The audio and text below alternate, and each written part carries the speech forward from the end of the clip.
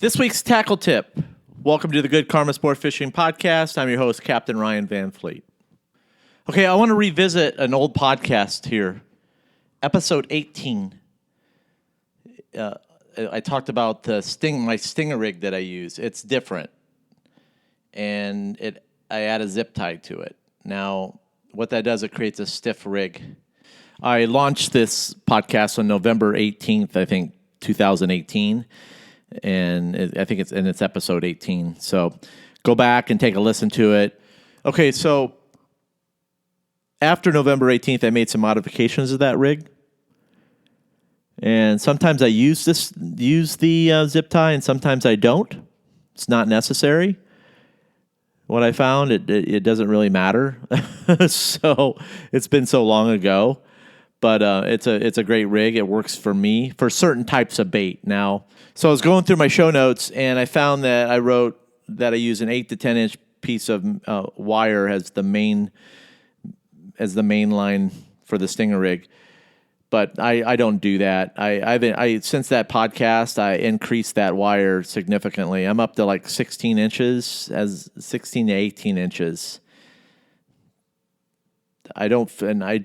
What was happening is if your wire trace is too short, I found that I was getting a lot more cutoffs, and I quit like making short pieces of wire like that. That 8 inches is too short, in my opinion. Not to mention that an 8-inch to 10-inch piece of wire, when a large kingfish attacks it or a big wahoo, they'll eat that.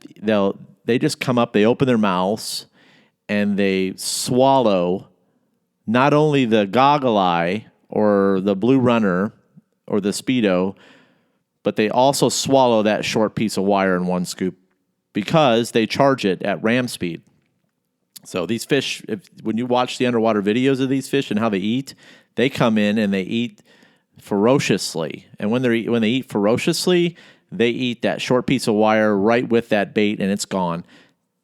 How do I know this? Because it happened to me several times right after I published that, and I will no longer use a short piece of leader like that. So after I made that modification, my catch rate tripled.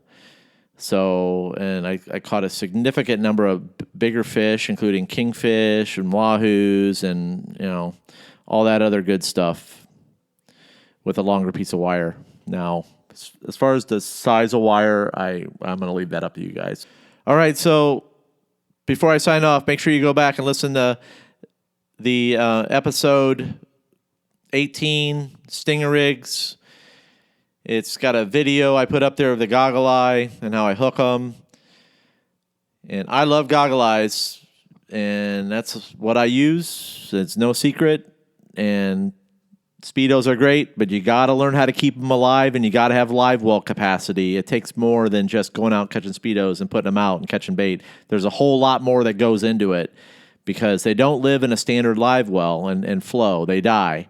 So, and then ballyhoo too. Wintertime's coming. Ballyhoo act different in the wintertime. They just don't stay alive, and then you got to watch out how many you put in your tanks, and you got to select what you're going to use because wintertime is different. And I'll get into wintertime fishing here in a couple of weeks, but things are going to change, and start getting your mindset ready because the days of summertime fishing are changing, and we're going to have a windy winter, and it's going to probably be a little bit colder. So that's all I got today, guys. Have a good weekend. And remember, anytime you're fishing, it's all good.